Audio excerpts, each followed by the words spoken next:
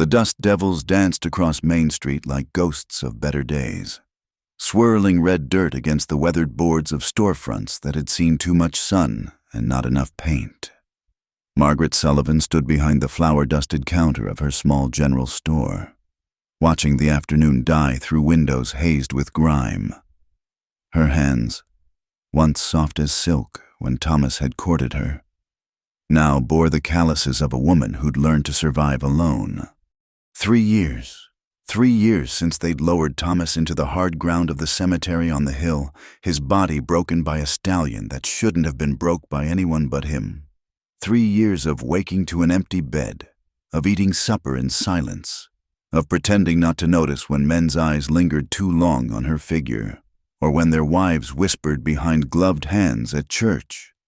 Afternoon. Mrs. Sullivan. Jake Morrison's voice cut through her reverie like a dull knife. The rancher leaned against her counter, his gut straining against a vest that had fit him better 10 years ago. Mighty hot day to be cooped up inside. Store doesn't run itself, Mr. Morrison. Margaret kept her voice even, professional. She'd learned that lesson quick enough, show any softness, any crack in the armor, and men like Morrison would push through like water finding a weakness in a dam. No, I suppose it don't. His eyes traveled down her black morning dress, the same style she'd worn every day since the funeral. Some said it was time to put away the black, but Margaret found it served as armor of its own kind. You know, a woman like you shouldn't have to work so hard. My offer still stands. The offer? Marriage to a man who smelled of tobacco juice and whose first wife had died worn out at 35 after bearing 8 children. Margaret's fingers tightened on the cloth she'd been using to wipe the counter. I appreciate your concern, but I'm managing fine. Morrison's smile didn't reach his eyes. Pride's a cold bedfellow. Margaret, winter's coming on, and this store barely keeps you in cornmeal and coal oil. You think on it. After he left, trailing cigar smoke and promises she'd rather die than accept. Margaret locked the door and pulled down the shades. The store was her sanctuary, and her prison both. 4 walls that kept her safe from the world but couldn't keep out the loneliness that settled into her bones like winter cold. She climbed the narrow stairs to her rooms above the store, each step echoing in the silence. The parlor Thomas had built for her sat untouched, his pipe still on the mantel, his reading chair still angled toward the window where he'd like to watch the sunset.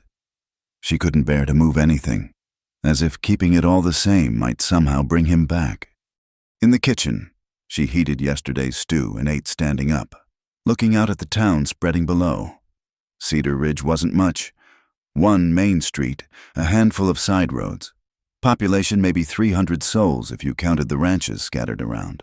But it was civilization. Safety. A place where a widow could run a store and be left mostly alone if she kept her head down and her replies short. The sound of horses drew her attention to the street. A group of Apache riders passed through, heading for the trading post at the edge of town. Even from her window, she could see how the townspeople stepped back, mothers pulling children close, men's hands moving to rest on gun butts. The lead rider sat his paint horse like he was born to it, back straight, face unreadable beneath the shadow of his hat. Margaret had seen him before. This one they called White Eagle, though she doubted that was his real name. He came to town maybe once a month, trading horses and hides for supplies. Unlike some of his people who kept their eyes down, he looked straight ahead, neither aggressive nor submissive, just supremely confident in his right to be there. She turned away from the window. The Apache were none of her concern. She had enough troubles of her own without borrowing more. That night, sleep came hard. It always did. The bed felt too big, too empty, too cold despite the quilts piled high. Sometimes she'd wake reaching for Thomas, her hand finding only cool cotton where warm flesh should be. Those were the worst nights, when reality crashed back and the grief hit fresh as the day they'd brought him home draped across his saddle. She'd loved him since she was 16 and he was 20, the young cowhand who'd tipped his hat and called her Miss Margaret like she was a lady. They'd waited 3 years to marry. until he'd saved enough for the store and the rooms above it. 5 years of marriage, 5 years of laughter and plans and trying for the babies that never came. Then, one morning, he'd kissed her goodbye, same as always, and never come home. The widow's portion, that's what the ladies at church called it. This half-life she lived. They brought casseroles and sympathy for the first few months, then gradually faded away, back to their own families and troubles. Now she was just another fixture in town, like the Baptist church or the saloon, necessary but unremarkable. Margaret rose before dawn, as always, and went through the motions of another day. Breakfast of cornbread and coffee, black dress buttoned to the throat, hair pulled back in the severe bun that added years to her 26 but kept the men from getting ideas, or at least kept most of them from acting on those ideas. The store opened at 7 sharp. First customers were usually the ranch wives. Come to town early for supplies before the heat grew too fierce. They treated her with the careful kindness reserved for the unfortunate. Friendly enough, but keeping that distance that said they were wives, and she was not. Not anymore. Heard there was trouble out at the Benson place. "Mrs.," Cooper said while Margaret measured out 5 pounds of flour. "Apache, they say, stole 2 horses right out of the corral. Probably just passing through," Margaret replied, keeping her opinion that the Benson boys likely left the corral gate open after a night of drinking to herself. Passing through to make mischief, more like, don't know why the army doesn't drive them all down to Mexico where they belong. Margaret tied off the flour sack with practiced movements. "Will that be all today?" The morning passed in a blur of transactions and careful conversation. Salt pork and beans, needles and thread, lamp oil and matches, the stuff of survival on the frontier. She knew every customer, their preferences, their struggles, their secrets whispered over bolt goods and coffee beans. It was near noon when the bell above the door chimed and sudden silence fell over the store. Mrs. Patterson, who'd been debating between 2 bolts of calico, stepped back so quick she knocked over a display of tinned peaches. Young Sally Morrison, Jake's daughter from his first marriage, grabbed her mother's second wife's skirts. White Eagle stood in the doorway, his broad frame blocking out the harsh sunlight. Up close, Margaret could see he was younger than she'd thought, maybe 35, with the kind of face carved by wind and weather and things that couldn't be spoken of in polite company. He wore a mix of Apache and white clothing, leather leggings, cotton shirt, silver conchos on his belt that caught the light. "Ladies," he said, touching the brim of his hat in a gesture that could have been mocking but somehow wasn't. His English was clear, educated even, which seemed to disturb the women more than broken speech would have. They scattered like chickens before a hawk. Mrs. Patterson forgetting her calico, Sally Morrison throwing frightened glances over her shoulder. In moments, Margaret stood alone behind her counter, facing the Apache war chief across 20 feet of worn floorboards. "I need supplies," he said simply. "Coffee, sugar, ammunition for a Winchester." Margaret found her voice. I don't sell ammunition to Apache." His mouth curved in what might have been a smile. "Your husband sold to me. Before." The mention of Thomas hit unexpected. A fist to the chest. That was different. Because he was a man, White Eagle moved into the store with the controlled grace of a mountain cat, his eyes taking in everything, the well-stocked shelves, the clean floors, the woman standing rigid behind the counter. "Or because you are afraid." "I'm not afraid." The lie came quick, automatic. "No," he agreed, studying her with eyes dark as coffee. "Not afraid, just empty, like a gourd with all the water poured out." The words struck too close to truth. Margaret's hands trembled as she reached for the coffee tin. "I'll get your supplies, but no ammunition. That's the law now." He watched her measure coffee beans, his presence filling the store in a way that had nothing to do with his physical size. When she reached for the sugar, he spoke again. "Your husband was a good man. Fair. He didn't look through us like we were ghosts. How did you— She stopped, realizing. Of course he knew. In a town this small, everyone knew everything. Loss marks a person, he said quietly. Changes them. Like fire changes wood to char. But char makes the strongest war paint. Margaret's hands stilled on the sugar sack. She looked up, meeting his eyes for the first time, and saw something there she recognized. The same emptiness that looked back at her from her mirror each morning. The same weight of carrying on when the reason for carrying on was gone. 2 pounds of sugar, she said, her voice steadier now. 1 of coffee, that'll be $2.40. He paid with silver coins, exact change, and gathered his purchases without another word. But at the door, he paused, looking back at her. A broken pot can still hold water, he said. Sometimes it just needs new clay to fill the cracks. Then he was gone, leaving Margaret alone with the echo of the bell and words that would follow her through the long afternoon and into another sleepless night. She stood there, amid the familiar smells of coffee and cloth and kerosene, and for the first time in 3 years felt something shift inside her chest. Not healing, not yet, but maybe the possibility of it.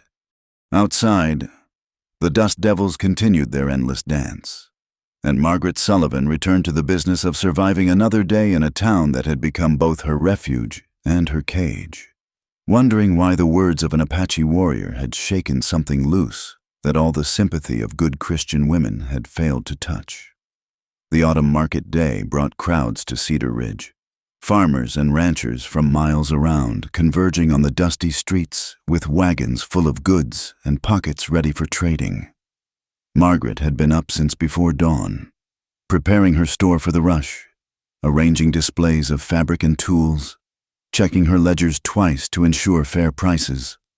The morning sun painted Main Street gold as she swept the boardwalk in front of her store. Already, vendors were setting up stalls, Mexican traders with silver jewelry, traveling merchants with patent medicines, local women selling preserves and quilts. The air filled with voices haggling in English and Spanish, the lowing of cattle, the creak of wagon wheels. Margaret, dear, you really should have some help on days like this. Mrs. Worthington, the banker's wife, paused on her way to the church booth where the Ladies' Aid Society would sell baked goods for charity. A woman alone, dealing with all sorts of rough characters. I manage well enough. Thank you. Margaret kept sweeping, knowing that accepting help meant accepting obligation, and obligation meant men like Jake Morrison thinking they had a claim on her. The morning passed in a blur of customers. Her store was busier than it had been in months. Ranchers stocking up for winter, wives buying cloth for cold weather sewing. She barely had time to think, which was a blessing. Busy hands kept the mind from wandering to dangerous places.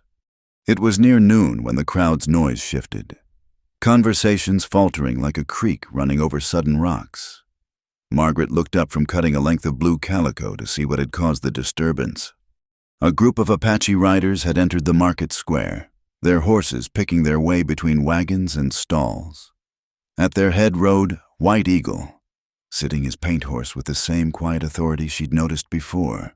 Behind him, 3 younger men led pack horses loaded with hides and woven baskets.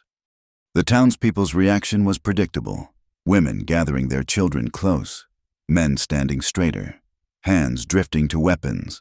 But the Apache moved through the market as if the tension didn't exist, dismounting near the trading post where Ben Holcomb did business with anyone who had goods to trade.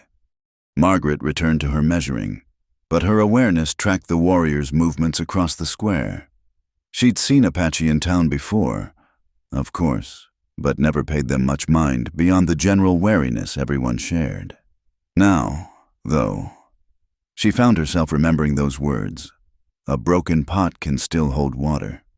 Scandalous, letting them mingle with decent folk. Mrs. Patterson had appeared at her counter, voice pitched to carry, "In my day, they knew their place." "Their money spends the same as anyone's," Margaret said mildly, wrapping the woman's purchases. Money gotten from raiding, more like, did you hear about the Benson horses? And now they parade through town bold as brass. Mrs. Patterson's thin face pinched tighter. Mark my words. We'll have trouble before this day's done. As if summoned by the prediction, trouble arrived in the form of Pete Morrison, Jake's eldest son, 20 years old and mean as a rattler even when sober, which he wasn't, judging by the way he swaggered across the square with two of his friends, heading straight for where the Apache were conducting their business. Margaret watched through her window as Pete said something to one of the younger Apache men. She couldn't hear the words, but the intent was clear in the aggressive stance, the jabbing finger. The Apache warrior, barely more than a boy, kept his eyes down, trying to continue loading traded goods. Then Pete shoved him. The market seemed to hold its breath. The young Apache stumbled but didn't retaliate, which seemed to anger Pete more. He shoved again, harder, and this time when the warrior stepped back, Pete's boot shot out, trying to trip him. White Eagle materialized between them like smoke. No hurry in his movement, but suddenly there, solid as a mountain. He said nothing, just looked at Pete with those dark, measuring eyes. You got something to say, Chief? Pete's whiskey courage flared bright. Your boy here was giving me looks, disrespectful looks. The only disrespect here is yours. White Eagle's voice carried across the square, calm as deep water. We come to trade, nothing more. Trade! Pete spat to the side, the tobacco juice landing dangerously close to White Eagle's boots. That what you call it when you steal horses in the night? When I take horses, boy, you'll know it. The Benson horses wandered off because the Benson boys were too drunk to close a gate. Everyone knows this except those who need someone to blame for their own failings. The truth of it, spoken so plainly, sent a ripple through the watching crowd. Pete's face flushed red as the dirt beneath their feet. You calling me a liar, savage. The word hung in the air like a drawn knife. Margaret found herself moving without conscious decision, stepping out of her store onto the boardwalk. Others were watching from doorways and windows, but none moved to intervene. Sheriff Watson was conveniently absent, probably sampling the saloon's wares. White Eagle smiled then, and it was neither pleasant nor reassuring. I call you a child playing at being a man. Go home, sleep off the whiskey, and thank whatever God you pray to that I have more patience than you deserve. Pete's hand moved toward his gun, and time seemed to slow. Margaret saw White Eagle shift slightly, ready but not reaching for any weapon. The younger Apache warriors tensed. The crowd drew back. Pete Morrison. Margaret's voice cracked across the square like a whip. You owe me for your father's purchases last month. $3.60. I'll have it now, if you please. Everyone turned to stare at her. She stood on her store's boardwalk, ledger book in hand, looking as prim and proper as a schoolmarm calling a wayward student to account. Pete blinked, confused by the sudden shift. Now I'm in the middle of disturbing the peace and bad-mouthing honest traders. Margaret stepped down into the street, her black skirts raising small puffs of dust. Your father assured me the debt would be settled at market day. That's today, isn't it? She walked straight between Pete and White Eagle, turning her back on the Apache to face the younger Morrison squarely. The money, please. Or shall I speak to your father about his son's public drunkenness and failure to honor family debts? Pete's face cycled through several shades of red. His friends shuffled their feet, no longer eager for confrontation with the widow Sullivan bearing down on them like avenging angels. I don't have it on me. Then go get it, now. She held his gaze until he looked away, then glanced at his friends. All of you. Before I remember the other outstanding accounts your families have at my store. They slunk away like scolded dogs, Pete shooting one last glare at White Eagle before retreating across the square. The crowd began to disperse, the show over.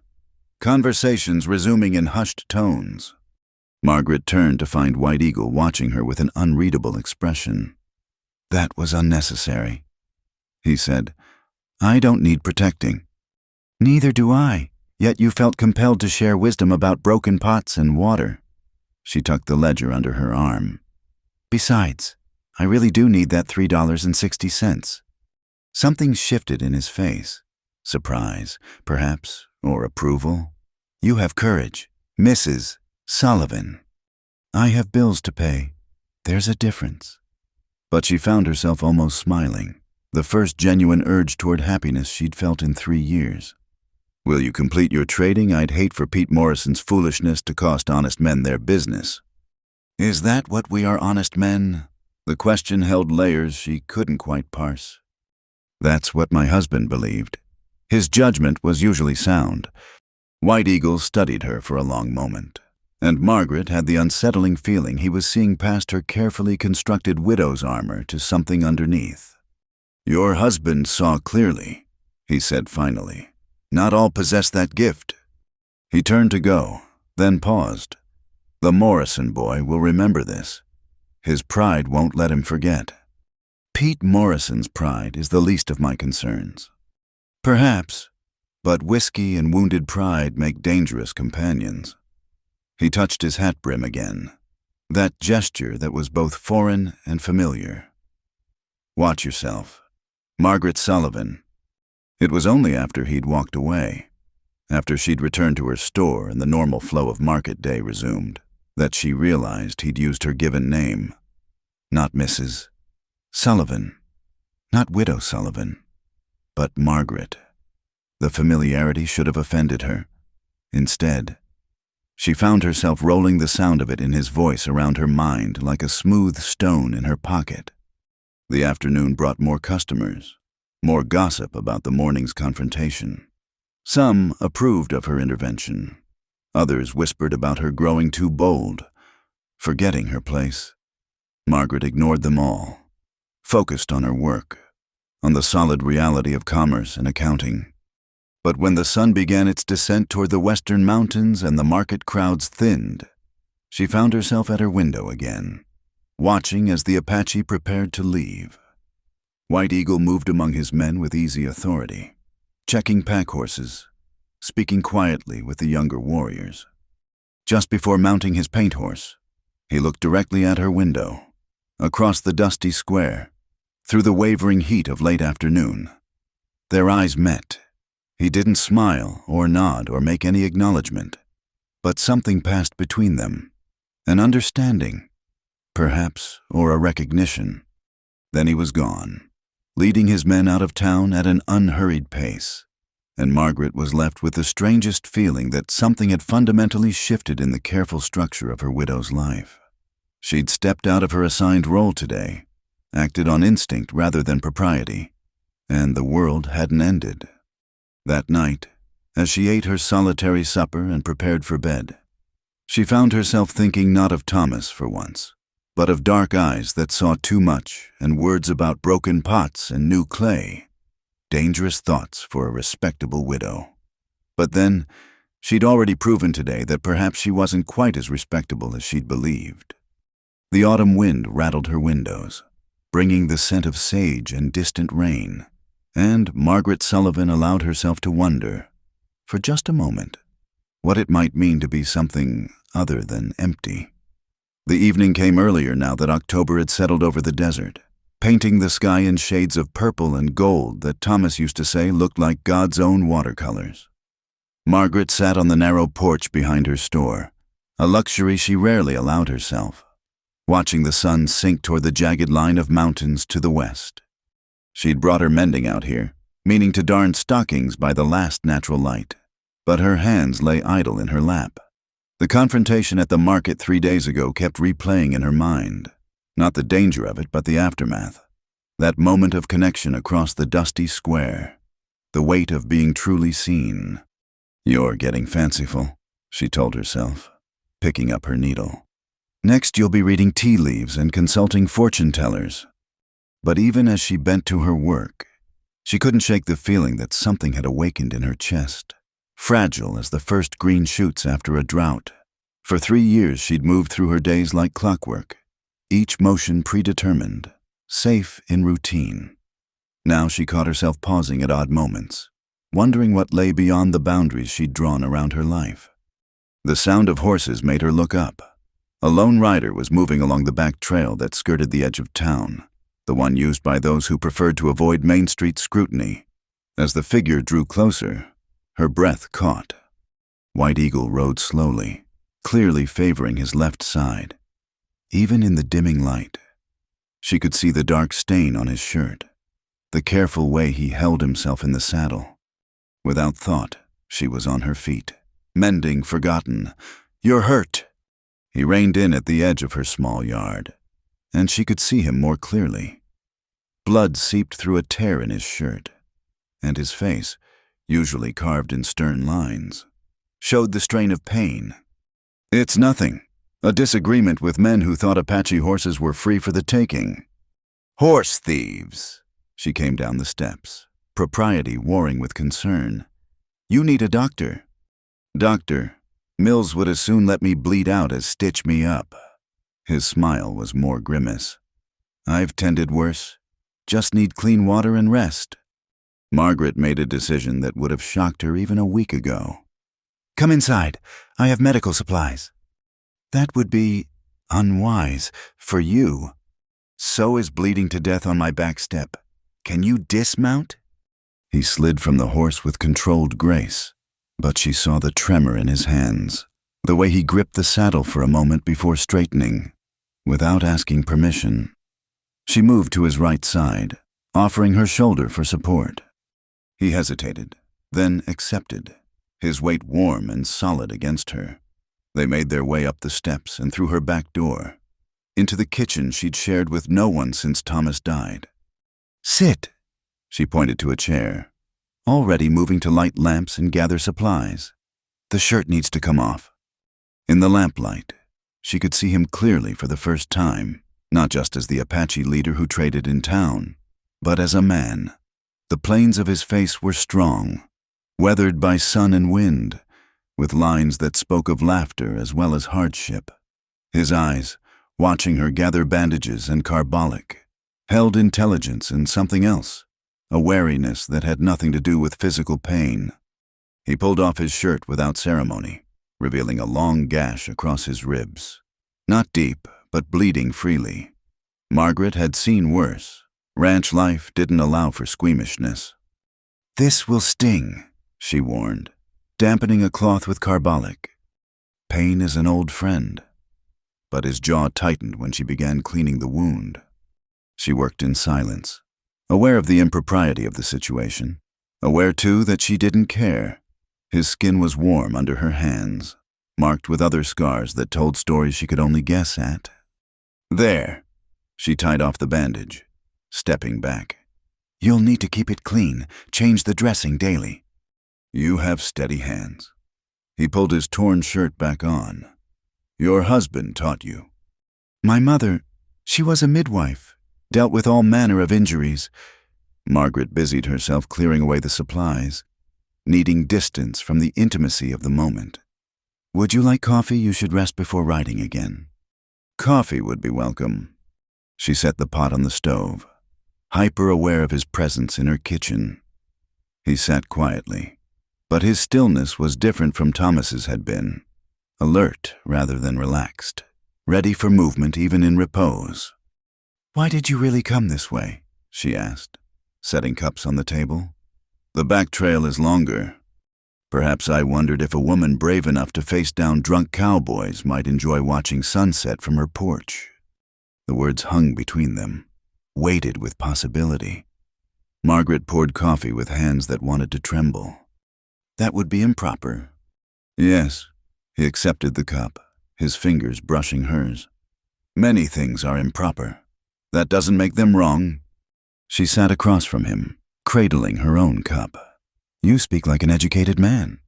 "Mission school. When I was young, the priests thought they could wash the Apache out of me with Latin and scripture." His smile was rueful. "They succeeded only in giving me words to question their certainty. Is that why you move between worlds, neither fully Apache nor white, No one is fully anything. He studied her over the rim of his cup. You're not fully the grieving widow you pretend to be. The truth of it stung like carbolic on a wound. What else would I be? That's for you to discover, but I think you're already beginning to. They sat in comfortable silence as darkness settled fully outside. Margaret found herself studying his hands. Strong, scarred, but gentle on the coffee cup. Hands that had known violence but chose restraint, like the man himself. I should go, he said finally. If someone sees my horse. Yes, but neither moved. The kitchen, with its circle of lamplight, felt separate from the world outside, a place where normal rules didn't apply. The men today, she said suddenly, horse thieves, were they? Local boys thought they could make quick money selling Apache horses in Mexico. He shrugged, then winced at the movement. They learned otherwise? Pete Morrison. Among others, don't worry, they'll live. Bruised pride heals slower than bruised flesh, but it heals. Margaret thought of Pete's face at the market, the humiliation burning in his eyes. He won't forget. No, men like him feed on resentment like buzzards on carrion. White Eagle stood, moving carefully. You should be cautious. Your kindness today, both at the market and here, it won't go unnoticed. I'm not afraid of Pete Morrison. Fear and wisdom aren't the same thing. He moved toward the door, then paused. Why did you help me tonight? The question deserved honesty, because for the first time in 3 years, I acted without thinking about what was proper or safe, and it felt alive. His expression softened in a way that transformed his face, like water finding its way through cracked clay. After he left, Margaret stood in her kitchen, seeing it with new eyes.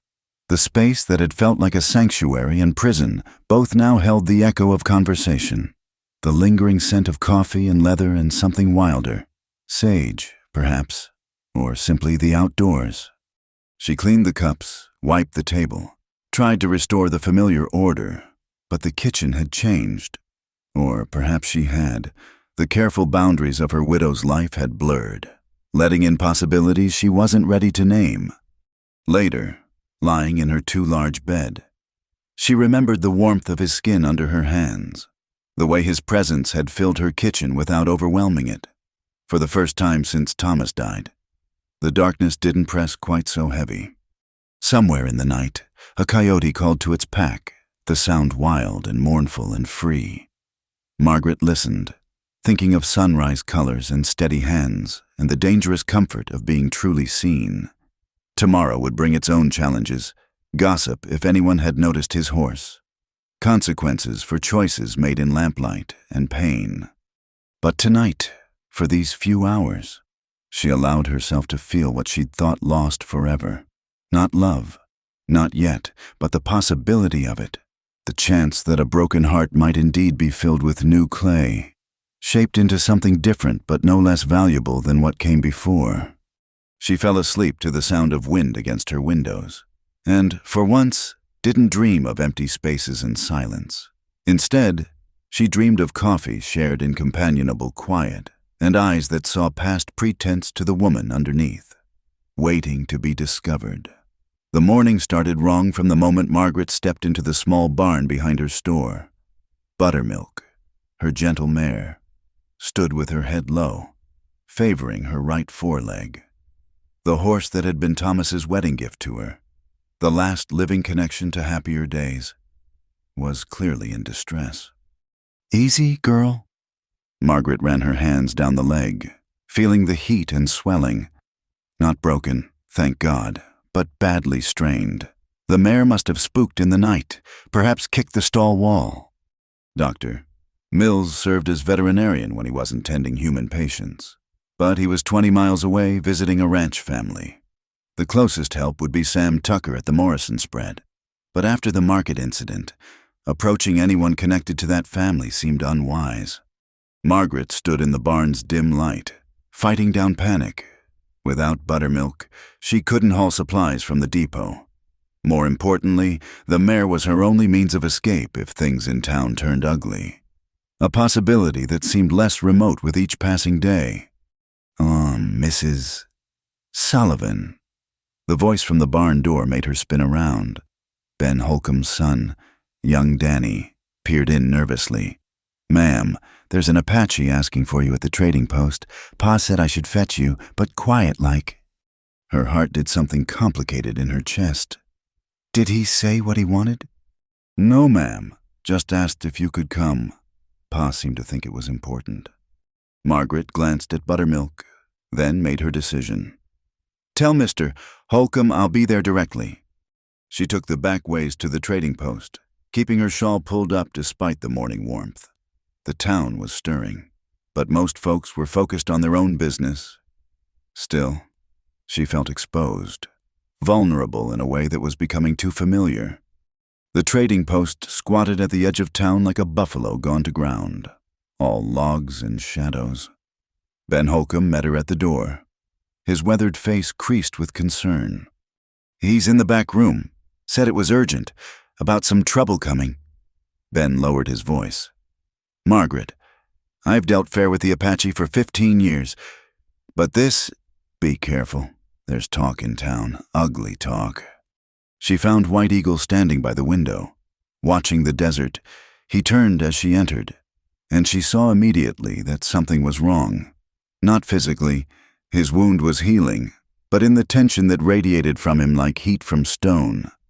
"Your mare is injured," he said without preamble. "How did you—" She stopped. Of course, in a town this small, Apache scouts would know everything worth knowing. "Yes.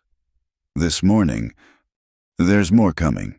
The Morrison boy and his friends have been talking, drinking, working up courage for something foolish." He moved closer, and she caught that scent of sage and leather. "They plan to take your horses tonight, all of them, leave you stranded, force you to accept protection." The word tasted bitter in her mouth. "Jake Morrison's protection, you mean marriage?" A woman alone is vulnerable. A woman without means of leaving is trapped. Margaret felt the walls closing in, the careful structure of her independent life crumbling.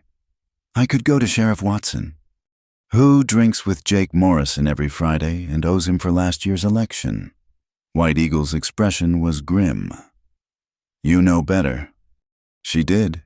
The law in Cedar Ridge was as flexible as wet leather when it came to those with money and influence. "Then what do I do?" "Come with me." The words hung in the air between them, shocking in their simplicity. Margaret stared at him, sure she'd misheard. "To your camp, that's impossible." "Is it?" He stood before her, solid and real, and offering something she couldn't quite name. "My people are moving to winter grounds tomorrow, south, into the mountains where there's water and shelter. You could bring your mare. We have healers who know horses better than any white veterinarian. Stay until she's sound and you decide your path." "I can't just leave the store, my life here." "What life?" His voice gentled, but the words cut true. "You exist here, Margaret Sullivan. You don't live, and after tonight, even that existence will be taken from you." She turned away, arms wrapped around herself. Through the window, she could see Main Street starting its daily dance, shopkeepers opening doors, wives beginning their errands. All so normal, so safe, so suffocating. What would your people say, a white woman in their camp? Some would object. Others would remember kindness shown at market days, medicine shared freely, respect given when none was required. He moved to stand beside her at the window. "I am still war chief. My word carries weight." "And what would you tell them that you've taken pity on a foolish widow?" "I would tell them the truth, that I see a woman of courage trapped by others' greed, and it would shame us not to offer aid." Margaret thought of Buttermilk, lame in her stall, of Jake Morrison's pig eyes and grasping hands, of Pete's drunken pride and willingness to hurt, of 3 more years of half-life stretching ahead, growing grayer and smaller with each passing season. They'd come after me, make it about captivity, savage intentions. White Eagle's laugh was short and humorless. Yes, because forcing a widow into marriage through theft and intimidation is so civilized. He turned to face her fully. I offer you choice. Nothing more. Come with us or stay, but choose with eyes open to what each path holds. I need time to think. Time is what you don't have. We leave at first light. If you come, bring only what matters. Traveling light means traveling fast. He moved toward the door, then paused. Your husband's grave. Would leaving it pain you? The question caught her off guard with its understanding. Thomas isn't in that hole on the hill. What I carry of him travels with me. Then you're already wiser than most. He touched his hat brim in that gesture she'd come to expect. Whatever you choose, know this. You honored me with trust when you tended my wound. That debt stands, regardless. After he left, Margaret stood in the dusty back room, mind racing. Ben Holcomb appeared, worry creasing his features deeper. I don't know what was said, Margaret, but I know that look. Saw it on my Mary's face before she decided to follow me out here 40 years ago. He rubbed his grizzled jaw. Sometimes the safe choice isn't the right choice. She walked back to her store in a daze, mechanically serving customers while her thoughts churned. Mrs. Worthington commented on her distraction. Jake Morrison stopped by to inquire about her health, his concern as false as fool's gold. Through it all, she smiled and nodded and played the widow they expected to see. But in the storeroom, she began to gather things. Not obviously, not the frantic packing of flight, but the careful selection of someone preparing for a journey. Medicine, her mother's sewing kit, the small leather pouch of gold coins Thomas had hidden behind the flour bins. A change of clothes, sturdy ones meant for work, not show. As afternoon wore on, she made her rounds, settling accounts, arranging for Danny Holcomb to mind the store for a few days while I tend to family matters. The lie came easily. Would buy her time before anyone realized she wasn't coming back. At sunset, she sat again on her back porch, watching the light change over the desert. Everything she'd built in 3 years of widowhood stood ready to abandon. The respectability, the safety, the known boundaries of her life. All for the word of an Apache war chief and the promise of something more than slow suffocation. She thought of Thomas, wondered what he'd say, but she knew, had always known. He'd loved her fierce spirit, the fire that widowhood had nearly smothered. Don't let them make you small, Maggie, he'd said once, when town gossips had criticized her for speaking too freely. Proper is just another word for caged. That night, she sat by Buttermilk's stall, the mare's head in her lap. The horse's breathing was labored, the legs swelling worse. Without help, infection would set in. Without options, Jake Morrison would close in. We're going on an adventure, girl, she whispered. Just like when Thomas first brought you home and we rode to see the sunset from Eagle's Peak. Remember? The mare whickered softly, and Margaret took it as agreement. She'd made her choice. Or perhaps it had been made the moment White Eagle looked at her and saw more than a broken vessel waiting to be filled by another's choosing. Tomorrow would bring judgment, pursuit, a journey into the unknown. But tonight, she allowed herself to feel what she'd suppressed for 3 years. Anticipation. Not for romance or escape, but for the simple freedom of choosing her own path, whatever it might bring. The stars emerged one by one above Cedar Ridge, and Margaret Sullivan began the transformation from widow to woman, from trapped to free, from existing to living. All it had taken was the promise of horses that could be healed and a life that could be more than waiting for death. The Apache winter camp nestled in a valley where cottonwoods grew thick along a clear stream, their leaves turning gold in the November chill. Margaret had been there 3 weeks now, long enough for the strangeness to fade into routine, for suspicious looks to soften into acceptance. or at least tolerance. Buttermilk grazed peacefully with the Apache ponies, her leg healed by poultices and care that no white veterinarian could have matched. Margaret watched her from the shade of a juniper, mending a torn blanket while children played nearby, their laughter universal in any language. "Your stitches are too tight," said Corn Woman, the elder who had taken it upon herself to improve Margaret's domestic skills. "Like your shoulders, like your smile, everything held too close." Margaret consciously loosened her grip on the needle. The old woman was right, as usual. 3 years of widowhood had taught her to hold everything carefully, tightly, as if relaxing would mean collapse. Better. Corn Woman approved. "You learn, slowly, like teaching a mule to dance, but you learn." Despite the insult, Margaret found herself smiling genuinely. The Apache women had accepted her with a practicality that cut through politeness. She was here. She worked hard. She caused no trouble. That was enough. They taught her their ways not from kindness, but from efficiency. A useless woman was a burden to everyone. White Eagle approached from the horse herd, and Margaret's hands stilled on the blanket. Even after these weeks, his presence affected her in ways she wasn't ready to examine. They'd spoken often but carefully, always with others nearby, maintaining a distance that everyone pretended not to notice. "Your mare is strong enough for riding," he said, stopping a proper distance away. "If you wish to return to your town, she could carry you." The words hit like cold water. "Are you asking me to leave?" "I'm telling you that you have choices. You came here for sanctuary and healing. Both have been given. What happens next must be your decision, not necessities."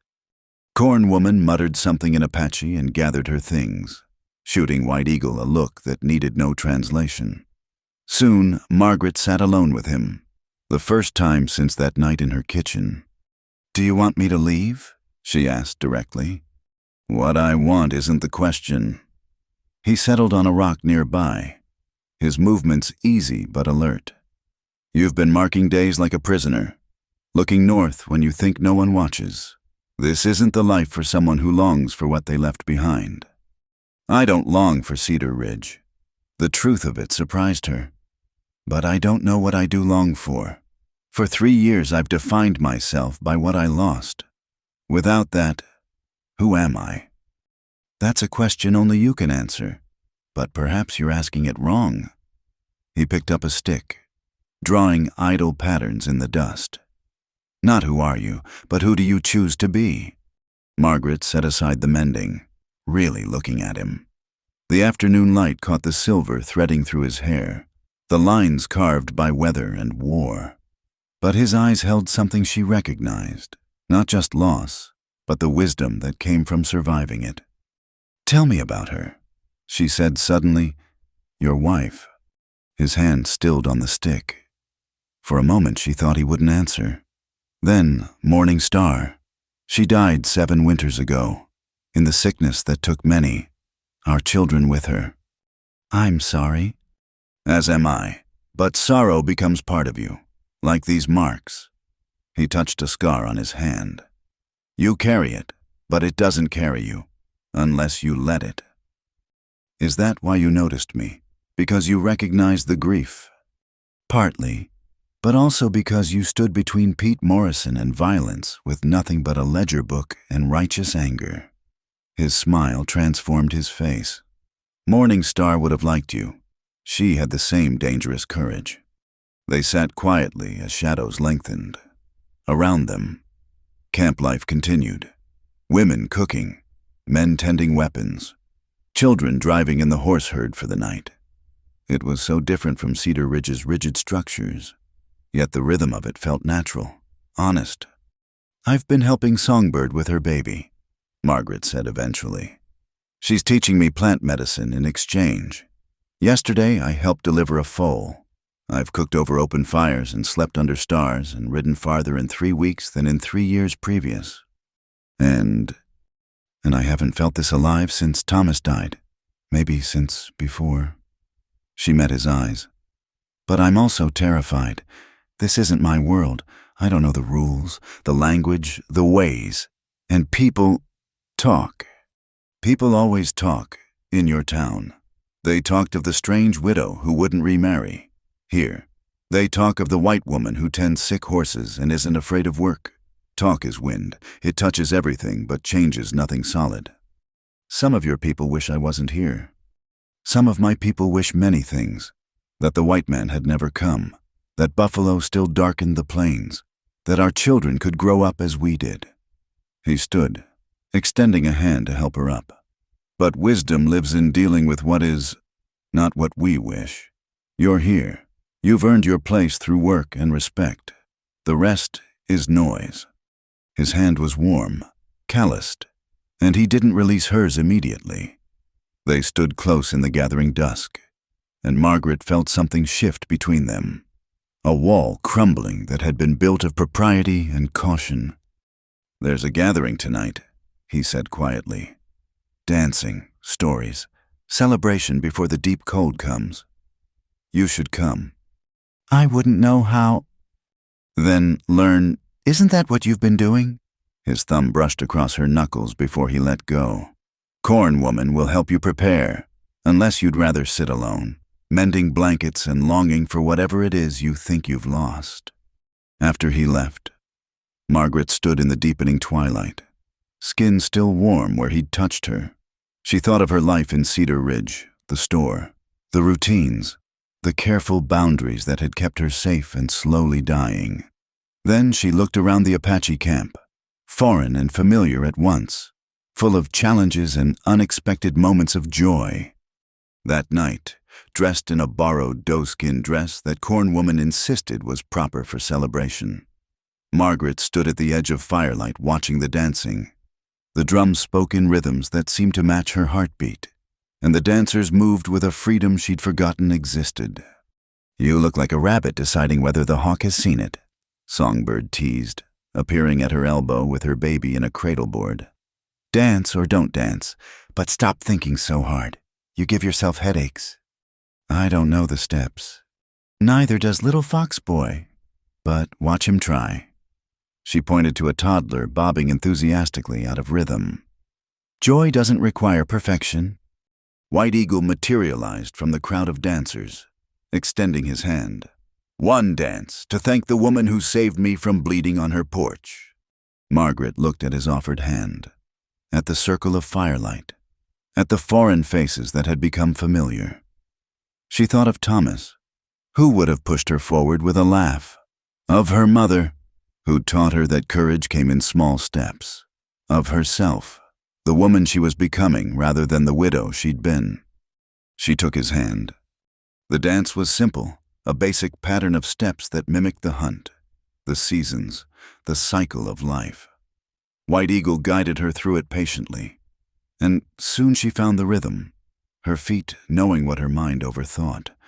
Around them, others danced, and if they noticed the white woman stumbling through their sacred movements, they kept it to themselves. When the dance ended, she was breathless, laughing in a way she'd forgotten she could. White Eagle's eyes held approval and something warmer, deeper. "See," he said, "not everything must be perfect to be right." Later, sitting with the women while stories were told in languages she was beginning to understand, Margaret felt a settling in her chest. Not home, not yet, but possibility.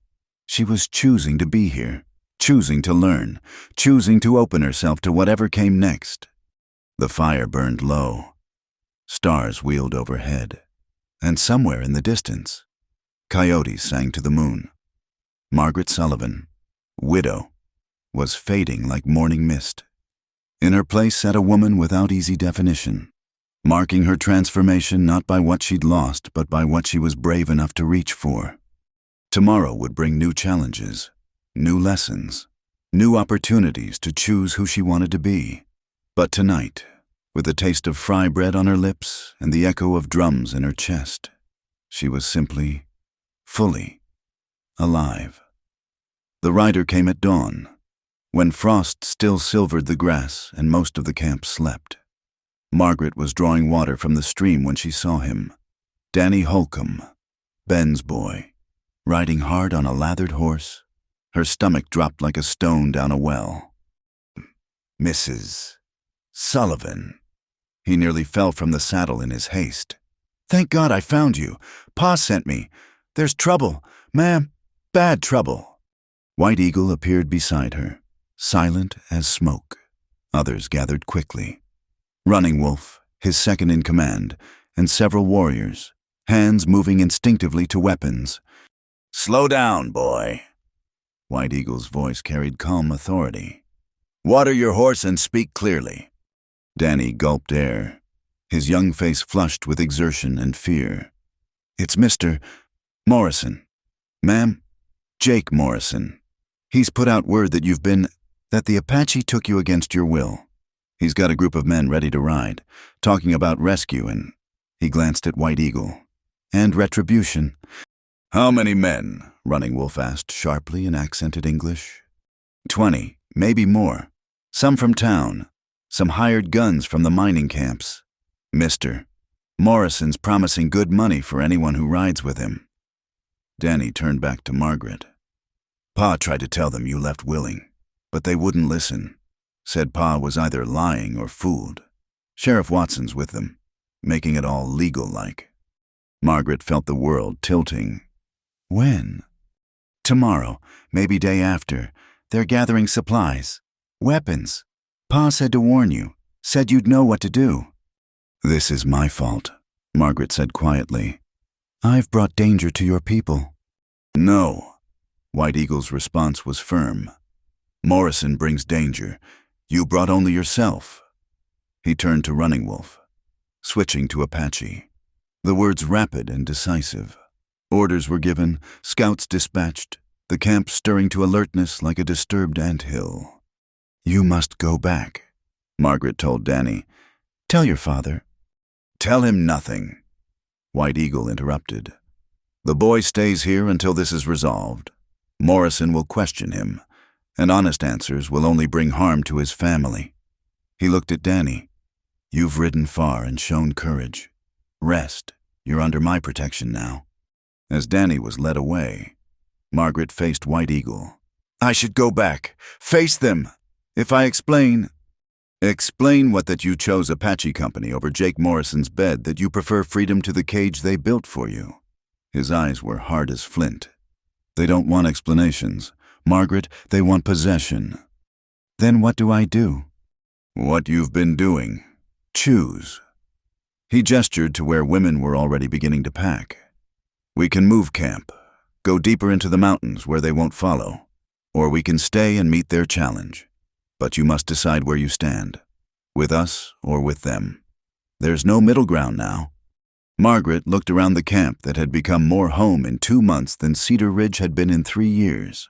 At Songbird teaching her daughter to bead. At Corn Woman grinding corn with her ancient medity. At the children who'd stopped staring and started smiling when she passed. I stand here, she said simply, whatever comes. The day passed in preparation. Not the frantic energy of panic, but the steady purposefulness of people who'd faced threats before. Weapons were checked, horses readied, the elderly and children prepared to move to safer ground if needed. Margaret worked alongside the women, her hands steady even as her mind churned. As sunset approached, White Eagle found her helping Songbird pack medicinal herbs. Walk with me, he said. They climbed the ridge above camp, where juniper and pinon offered privacy and the view stretched for miles. The beauty of it, red rock and purple shadow. The last light turning everything to gold, made her chest tight. I need you to understand what you're choosing, he began without preamble. If you stay, if you stand with us against them, there's no going back. You'll be marked forever as the woman who chose Apache over her own kind. They were never my kind. Not really. Margaret wrapped her shawl tighter against the evening chill. My kind would have seen me as myself, not as a prize to be won or a problem to be solved. Still, the world beyond this camp, beyond these mountains, it will judge harshly. You'll be called terrible things. Any chance at the life you were raised to expect will be gone. The life I was raised to expect died with Thomas. She turned to face him. What are you really asking me? I'm asking if you understand that staying means more than just choosing sides in this conflict. He moved closer, and she could see the struggle in his face.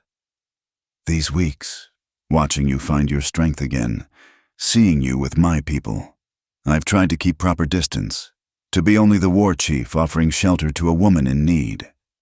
But I am also a man who wakes thinking of your laughter at the harvest dance, who watches you with Songbird's baby and remembers what it means to hope. His hand touched her face, gentle as a whisper. If you stay, I want more than just to protect you from Morrison. I want to court you properly, offer you a place not just in the camp but in my life. And that's a choice that will mark you in ways beyond what any white man's anger could do. Margaret's heart hammered against her ribs. She'd known, of course. Known in the way he looked at her when he thought she wouldn't notice. In the extra care he took teaching her to read sign. In the way her own pulse quickened when he appeared. But knowing and hearing the words were different things. I buried my heart with Thomas, she said carefully. Thought it was gone forever, that empty space, all I had left. She covered his hand with hers.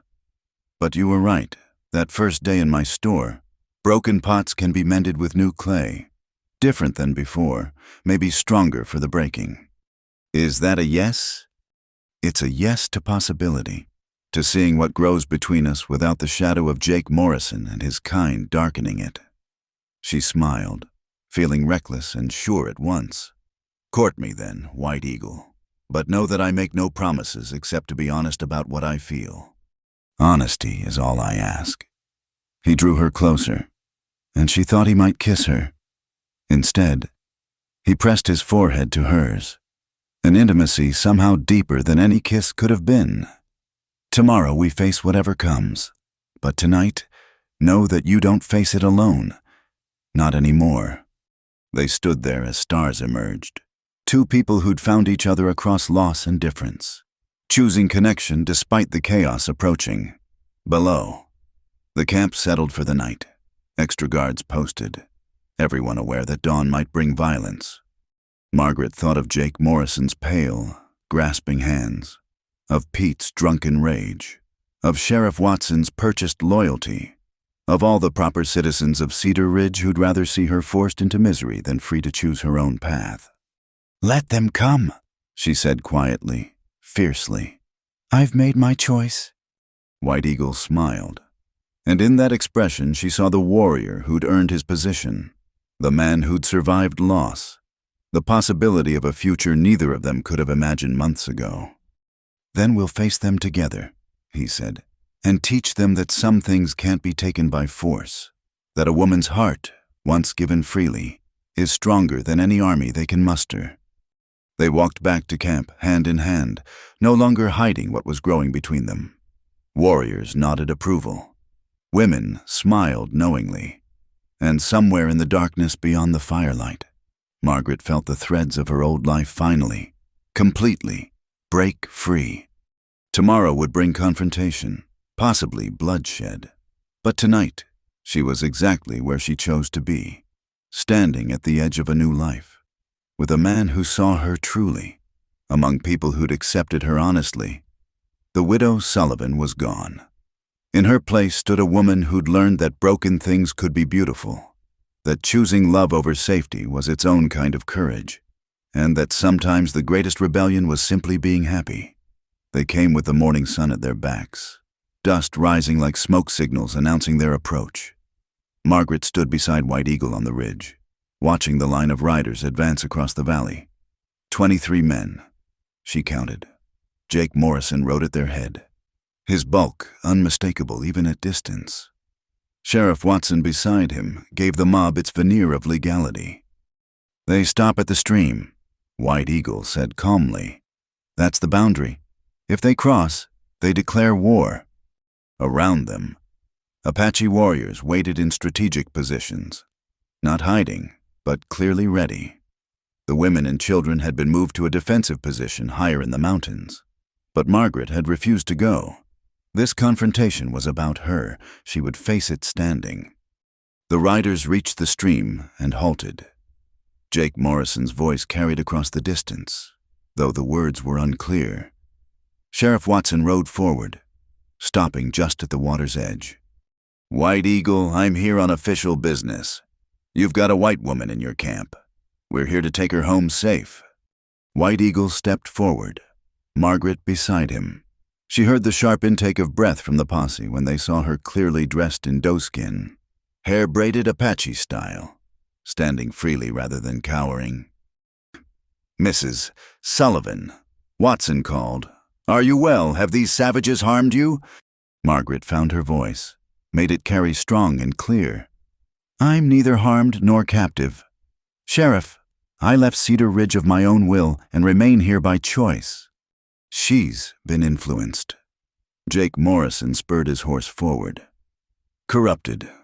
A decent woman wouldn't choose this degradation. A decent man wouldn't try to force a widow into marriage through theft and intimidation." Margaret shot back. "Or did you think I wouldn't learn about your plan to steal my horses? Leave me helpless?" Morrison's face flushed dark. "Lies spread by heathens. I came to offer protection. Nothing more." "Your protection comes at too high a price." "Margaret." A new voice. "Reverend Mills?" she realized with surprise. The minister sat his horse uncomfortably, but his presence added moral weight to the posse. "Think of your immortal soul, child, living in sin among pagans, forsaking your Christian duty." "My duty to whom? Reverend to God, who made all people, or to men who use his name to justify their greed?" She stepped to the very edge of the ridge. "I've found more Christianity in 2 months here than in 3 years of proper widowhood. Kindness freely given, respect earned and offered, no judgment for grief, no punishment for independence." "Enough talk," Pete Morrison snarled, his hand moving to his gun. "We came for the woman. Hand her over, or we take her." Running Wolf and a dozen warriors seemed to materialize from the landscape. Arrows knocked but not drawn. The message was clear. White Eagle's voice cut through the tension like a blade. "The woman has spoken. She stays by choice. You have no claim here." "She's white," Morrison growled. "That's claim enough? No white woman consorts with Apache unless she's forced or mad." "Then perhaps madness is preferable to your sanity," Margaret said. "Go home, all of you. There's nothing here but disappointment for those who believe women are property to be claimed." "You're making a mistake." Watson tried one more time. "Come back peaceful-like, and we'll say no more about it. Stay, and you're choosing to be outcast forever. No decent folk will receive you. You'll be nothing but a squaw, lower than—" "Careful!" White Eagle's voice dropped dangerously. "Your next words might be your last." Margaret felt the moment balanced on a knife's edge. One wrong move, one twitchy trigger finger, and blood would flow. She thought quickly, then played her last card. "Mr. Holcomb," she called to where she'd spotted Ben near the back of the group. "Did you bring my ledger, the one from the store?" Confused murmurs rippled through the posse. Ben rode forward slowly. "I did, as you asked in your letter." "Then you'll see the accounts marked there. Jake Morrison owes my store $643 in unpaid credit. Pete Morrison, $97. Sheriff Watson, $212. She smiled coldly. "Hard to claim you're rescuing me from savages when you're robbing me blind. I wonder what Judge Carter in the county seat would say about prominent citizens using a widow's store as their personal bank, then trying to force her into marriage when she asks for payment." The silence that followed was deafening. Morrison's face had gone from red to purple. "You can't prove." "I kept excellent records, dates, items, amounts, all witnessed by Danny Holcomb when he helped in the store." She let that sink in. "Here's my offer. Forget this foolishness. Go home. Consider your debts to my store forgiven. In exchange, you forget I exist. Spread whatever story soothes your pride, that I died, that I went mad, that I vanished into the desert.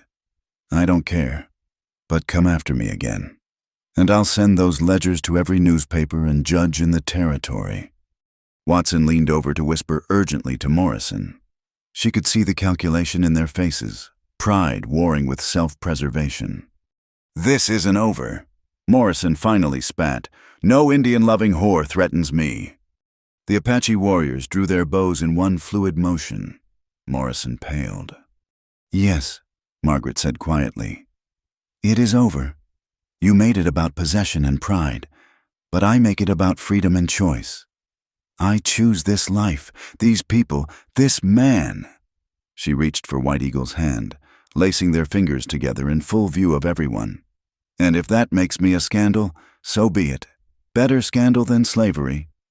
Reverend Mills made one last attempt. "Margaret, please, think of your eternal soul." "I'm thinking of it, Reverend. For the first time in years, I'm thinking of living with a soul at peace rather than caged." She softened her tone. "Go home, all of you. Live your lives as you see fit, and allow me the same freedom." Watson turned his horse. "You heard her, boys. She's made her choice. No law against a woman choosing her own damnation." One by one, the posse turned to follow. Jake Morrison sat longest, staring at her with hatred that promised this wasn't truly finished. But eventually, even he wheeled his mount around. Only Ben Holcomb lingered. "Your letter said to bring the ledger and hold it safe." "I'll do that. Margaret, keep it locked away unless needed."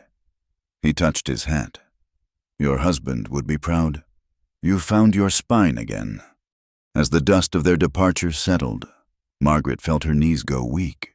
White Eagle's arm came around her, steady and strong. "It's not over," she said quietly. "Morrison won't forget this humiliation." "No, but today, you won, with words sharper than arrows, strategies cleaner than violence." He turned her to face him. "You could have gone with them, saved your reputation, returned to safety. Safety is a cage with golden bars. I prefer dangerous freedom." She managed to smile. "Besides, you promised to court me properly. I'm curious to see Apache courtship." Around them, warriors were standing down. Voices raised in discussion of the confrontation. Some seemed impressed by her strategy, others suspicious of the ease of victory. But Songbird appeared, carrying traditional clothing. "Come," she said simply. "If you stand with us against them, you stand with us truly. Time for half measures has passed." That evening, the camp held a different kind of ceremony. Not the marriage ritual that would come later, after proper courtship, but an adoption of sorts. Margaret stood before the gathered people as Corn Woman spoke words in Apache she was only beginning to understand, about choosing family beyond blood, about hearts that found home in unexpected places. White Eagle translated the important parts, his voice soft in her ear. When it came time for her to speak, she managed the Apache words she'd practiced. "I am here. I choose here. My heart rests here." Simple words, but they carried the weight of bridges burned and futures claimed. Her people now responded with acceptance that went beyond mere tolerance. She'd proven herself not through submission, but through strength, not by becoming less than she was, but by becoming more. Later, as the celebration continued around them, White Eagle drew her aside. "You know Morrison will try again. Men like him don't accept defeat." "I know, but I also know I'm no longer alone in facing him."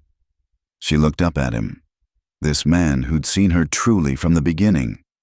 "Whatever comes, we face it together." "Together," he agreed, and sealed the promise with their first kiss.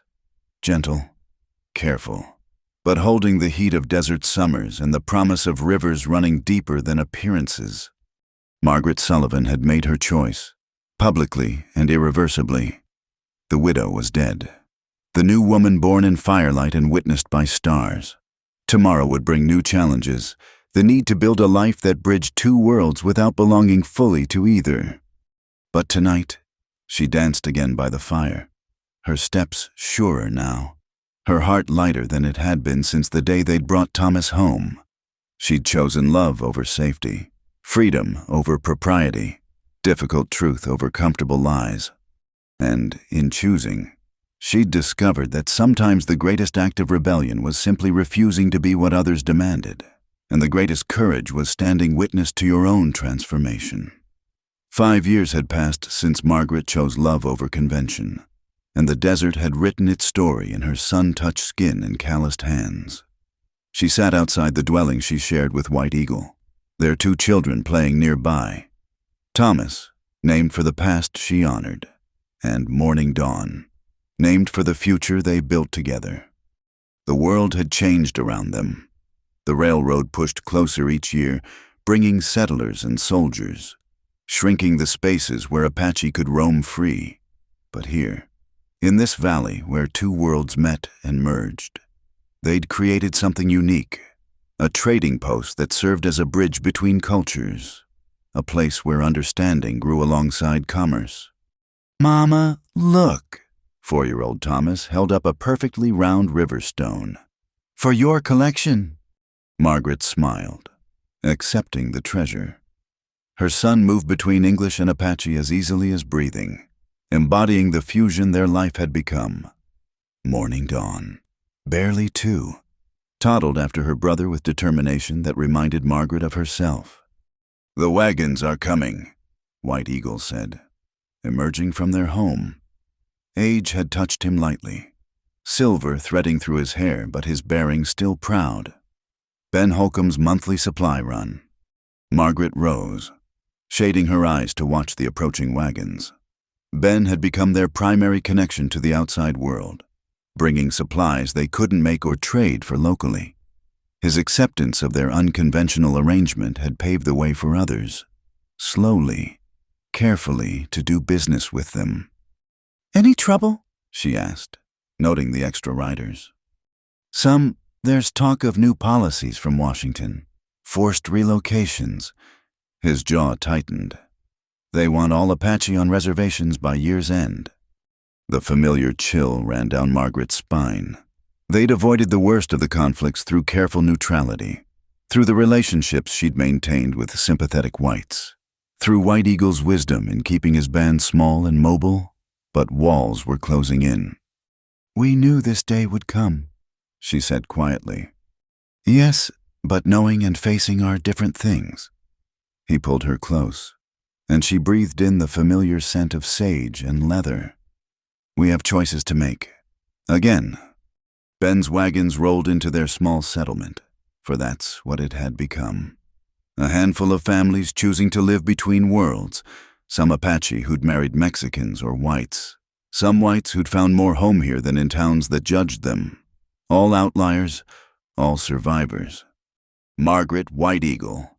Ben climbed down, older and grayer, but still spry. "Got your supplies, plus letters from the territorial capital, and news. Not all of it good." They sat in the shade while Ben shared what he knew. The government was serious about clearing all Apache from the territory. Military patrols were increasing, but there was also opportunity talk of hiring cultural liaisons, translators, people who could ease the transition. "They need folks who understand both sides," Ben said meaningfully. "Folks who could maybe negotiate better terms, ensure fair treatment. It ain't ideal, but it might be the best of bad options." Margaret exchanged glances with White Eagle. She saw the war chief wrestling with the traitor, the proud Apache with the pragmatic survivor. Their children's laughter carried on the wind, innocent of the forces gathering around them. "There's more." Ben continued reluctantly. "Jake Morrison died last winter. Drank himself to death, they say.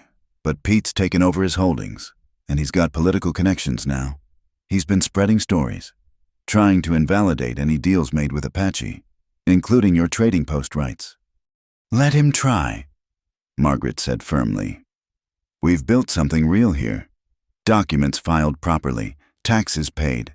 We've played by their rules when needed." "That's what I told the judge. But Pete's got poison in his blood about you two. Can't let go of that humiliation 5 years back." Ben shook his head. You've got friends, though, more than you might know.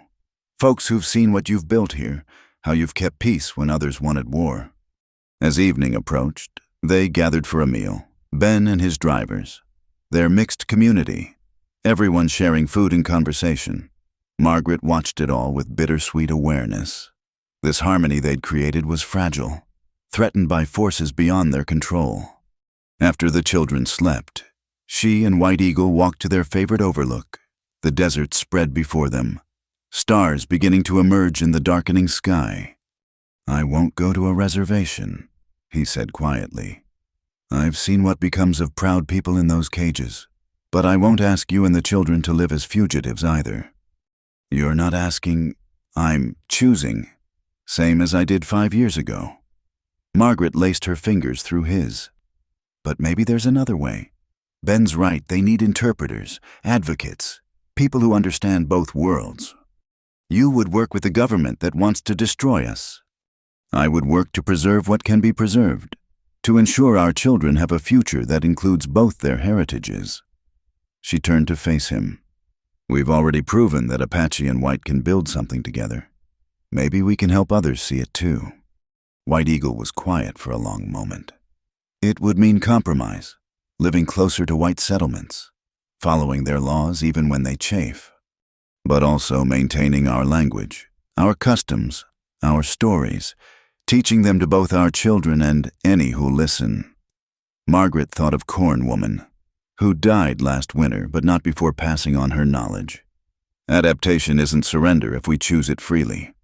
"My warrior's heart rebels at the thought," he admitted. "But my father's heart knows you speak wisdom. The old ways are ending whether we fight or not. Better to shape the new than be crushed by it." They stood together as night deepened, planning a future neither could have imagined when they first met. Not the wild freedom White Eagle had known in youth, nor the confined propriety Margaret had escaped. Something between, something new. In the following days, they made preparations. Letters were sent to sympathetic officials. Alliances were strengthened with other mixed families facing similar choices. They would establish themselves at the edge of the reservation, maintaining their trading post but also serving as a bridge, helping Apache navigate the white world, helping whites understand Apache humanity. It wasn't the ending either had dreamed of in youth, but it was real, practical, and offered hope for their children. The day they packed to leave their isolated valley, Margaret stood one last time where she'd danced by firelight, where she'd chosen love over safety.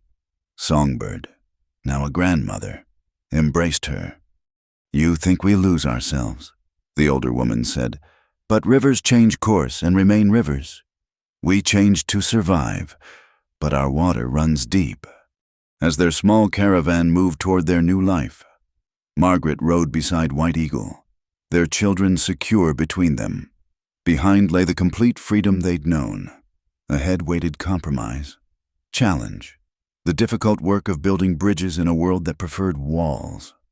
But they faced it together, no longer the broken widow and the grieving war chief, but partners who'd found in each other the strength to be remade. Their love had weathered scandal and threats, had created new life and new possibilities. "Do you regret it?" White Eagle asked as their valley disappeared behind a ridge. "The life you might have had." Margaret thought of Cedar Ridge, of the store and the proper widow's existence that had nearly suffocated her. Then she looked at her children, at the man beside her, at the community they'd built from courage and necessity. "I regret nothing," she said firmly. "Every choice led here, and here, with you, with them, is exactly where I choose to be." The sun climbed higher, painting the desert in shades of gold and possibility. Somewhere ahead waited their next chapter, not perhaps the one they'd have written, but one they would face with the same courage that had brought them together. For Margaret had learned that broken hearts could indeed be mended with new clay, that choosing love over safety was always worth the price, and that sometimes the greatest triumph wasn't in keeping things unchanged, but in adapting with grace to the changes that came. Their story would be one of many untold tales of the frontier of people who chose love across boundaries, who built lives between worlds, who proved that humanity's connections run deeper than its divisions. And in the end, that was legacy enough. Thank you for listening to this Wild West love story. If you enjoyed Margaret and White Eagle's journey, please share where you're listening from in the comments below. I'd love to connect with fellow Western romance enthusiasts from around the world. Don't forget to subscribe to From Wild West channel for more tales of courage, love, and adventure on the American frontier.